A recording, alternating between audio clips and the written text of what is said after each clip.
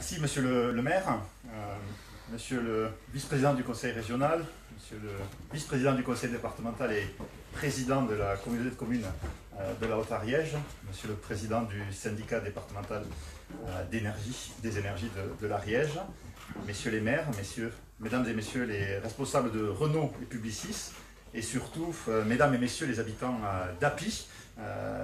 Je vous remercie en tout cas de nous avoir invités à cette inauguration aujourd'hui. Il me revient donc l'honneur de conclure en quelques mots pour le compte de Madame la Préfète, alors qu'elle n'a pas pu être présente aujourd'hui. Elle est très intéressée par toutes ces démarches, elle aurait eu à cœur d'y être, mais elle était retenue par d'autres engagements dans la capitale fuxéenne, à la fois dans la grande ville.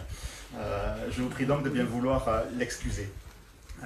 Cette opération, vous l'avez dit, vous êtes plusieurs à l'avoir dit, c'est une première.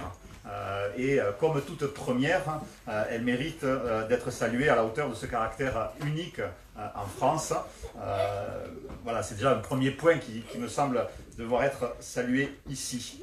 Et bien sûr, quand une première intervient dans le département de l'Ariège, nous sommes tous heureux et fiers de pouvoir mettre en avant le département dans un tel symbole qui vient, comme ça peut être dit très bien par monsieur le maire et les autres orateurs, démontrer, si besoin était, la modernité des territoires ruraux, territoires rural, petits villages de campagne, peut rimer avec modernité, capacité d'innovation et engagement dans les politiques, dans les dynamiques de transition énergétique et écologique, engagement des élus et engagement des citoyens, puisque vous l'avez noté, c'était bien l'ensemble des citoyens du village qui devaient accepter cette aventure qui commence donc depuis quelques jours. Je voulais juste revenir aussi sur l'intérêt d'avoir cette démarche en montagne. Je crois que ça faisait partie de vos critères de sélection. On le sait, des études récentes au niveau des Pyrénées le démontrent. Les effets du dérèglement climatique, ils sont déjà présents dans les territoires de montagne et ils le seront encore plus dans les prochaines années, obligeant ainsi à anticiper, à faire évoluer les comportements et les politiques qui sont menées dans ce domaine.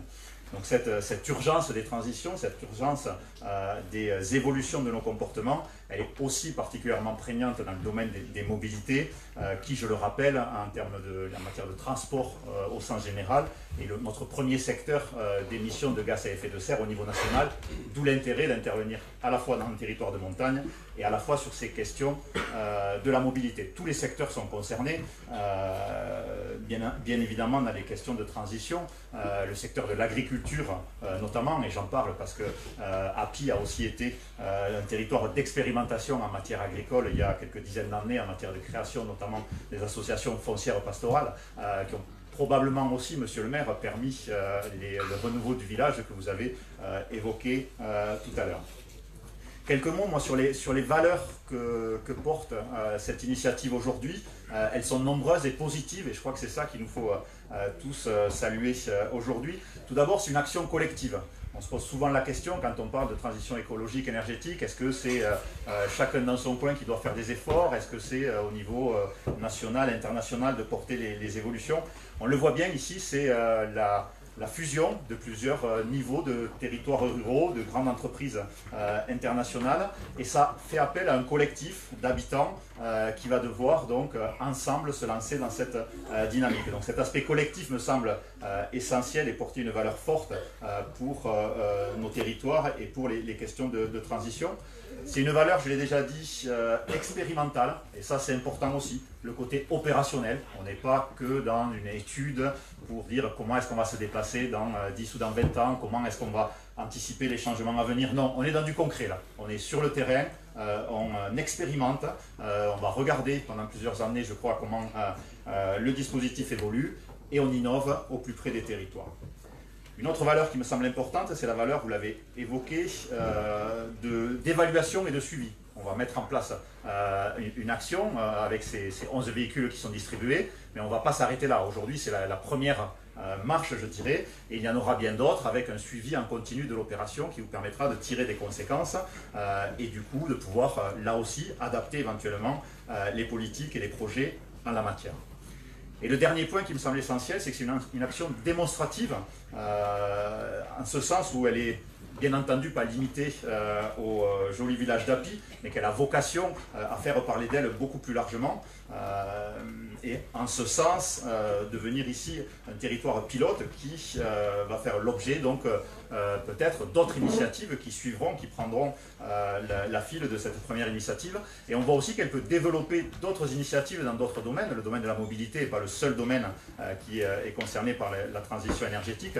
Vous l'avez dit, monsieur le maire, le projet des habitants avec Enercoop sur comment produire différemment l'électricité est également une démonstration de l'intérêt et de l'effet boule de neige que peut avoir une telle initiative.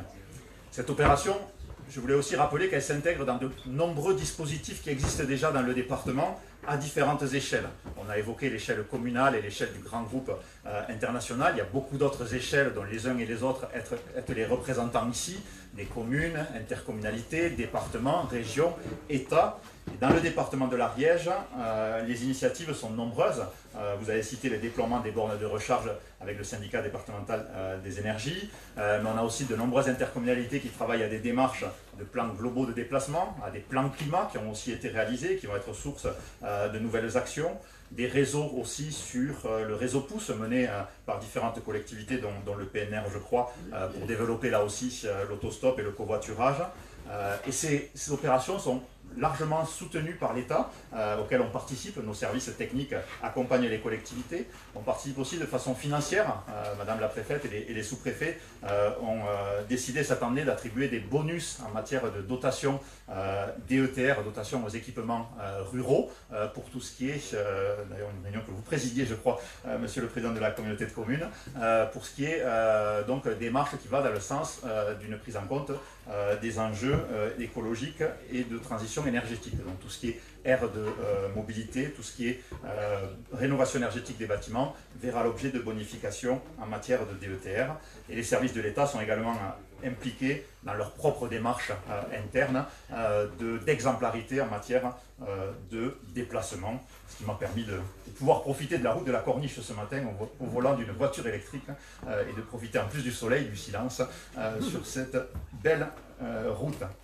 Voilà, je veux rappeler aussi dans les différentes échelles tous les dispositifs nationaux qui sont en cours de mise en place et qui vont qui vont évoluer dans les prochains mois ou les prochaines années avec les engagements du gouvernement, notamment suite à la Convention citoyenne sur le climat. Là aussi, une démarche originale, une première, qui allie les différents niveaux de territoire, puisqu'un Ariégeois faisait partie des 150 personnes de cette convention, et qui a proposé, que ce soit sur les questions de bonus, de malus écologique, de primes à la conversion, de nouvelles interventions, de façon à pouvoir passer à la vitesse supérieure sur la mobilité propre et durable.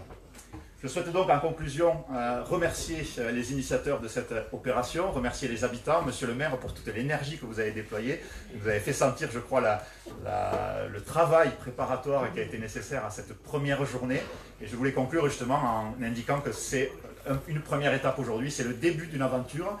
Et donc je vous félicite tous pour l'avoir initiée et je souhaite bonne chance donc à l'ensemble des citoyens d'Api qui vont la rendre concrète dans les prochaines années, devenir ainsi des ambassadeurs de la mobilité durable dans les territoires ruraux.